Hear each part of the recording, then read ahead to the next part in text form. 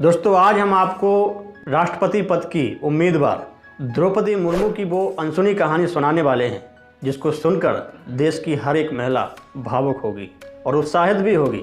उनकी ये कहानी हर उस आम इंसान को शक्ति देगी जो कि किसी बड़े घराने में या किसी अमीर इंसान के घर में पैदा नहीं हुआ, बल्कि रात दिन मेहनत करके अपने परिवार का पेट पालता है। नमस्कार दोस्तों, मैं शैलेंद्र ठाकुर स्वागत करता हूं आपका आपके ही अपने चैनल पर। द्रौपदी मुर्मू जी का जन्म 20 जून 1958 को ओडिशा के मयूरगंज जिले के बेदापोसी गांव में आदिवासी संथाल परिवार में हुआ था। उनके पिता का नाम ब्रंची नारायण टूडू था। उनके पिता और उनके दादाजी दोनों ही उस गांव के प्रधान रहे। उनका विवाह श्याम चरण मुर्मू से हुआ था। उनके 2 बेटे थे और 1 बेटी है। द्रौपदी मुर्मू ने अपने राजनीतिक जीवन में कई सफलताएं हासिल की, लेकिन उनके निजी जीवन में समय ने बार बार उनकी परीक्षा ली और एक वक्त तो ऐसा भी आया जब द्रौपदी मुर्मू डिप्रेशन में चली गई थी। ये बात 2009 की है, जब मात्र 25 साल की उम्र में ही उनके बेटे की असमय मौत हो गई थी। अपने बेटे की मृत्यु से द्रौपदी मुर्मू को इतना गहरा सदमा पहुंचा कि वो उस समय डिप्रेशन में भी चली गई थी और इसके बाद उन्होंने खुद को हिम्मत देने के लिए आध्यात्म का रास्ता अपनाया और ब्रह्म कुमारी संस्था के साथ जुड़ गई। धीरे धीरे वो डिप्रेशन से बाहर ही आ रही थी कि 4 साल बाद वर्ष 2013 में एक सड़क दुर्घटना में उनके दूसरे बेटे की भी मृत्यु हो गई। यानी 4 वर्षों में उन्होंने एक के बाद एक अपने दोनों बेटों को खो दिया। उनके जीवन में आई त्रासदी यहीं पर नहीं रुकी।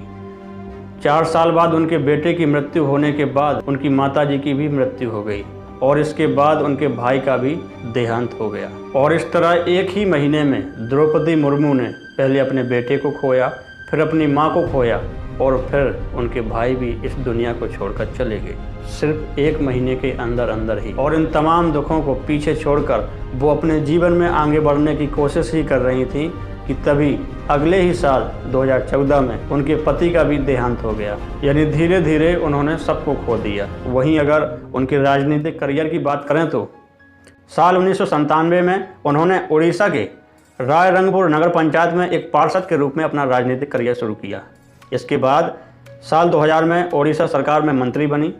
रायरंगपुर से 2 बार विधायक भी रह चुके हैं। द्रौपदी मुर्मू ने तब भी अपनी विधानसभा सीट पर जीत हासिल की जब बीजू जनता दल ने ओडिशा के चुनाव से कुछ हफ्तों पहले ही बीजेपी से नाता तोड़ दिया था।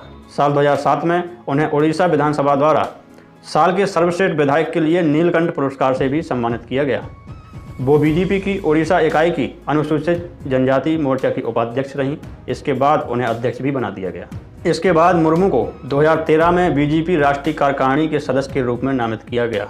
द्रौपदी मुर्मू के नाम झारखंड की पहली महिला राज्यपाल बनने का गौरव भी हासिल है। द्रौपदी मुर्मू 18 मई 2015 को झारखंड की 9वीं राज्यपाल बनाई गई थी और 12 जुलाई 2021 तक इस पद पर रहीं। अगर वो राष्ट्रपति बनती हैं तो वो देश की पहली महिला आदिवासी राष्ट्रपति होंगी। दोस्तों वीडियो पसंद आया हो तो वीडियो को लाइक करिए। अगर चैनल पर नए हैं तो चैनल को सब्सक्राइब करिए और मिलते हैं किसी अन्य वीडियो में। तब तक के लिए आपका बहुत बहुत धन्यवाद।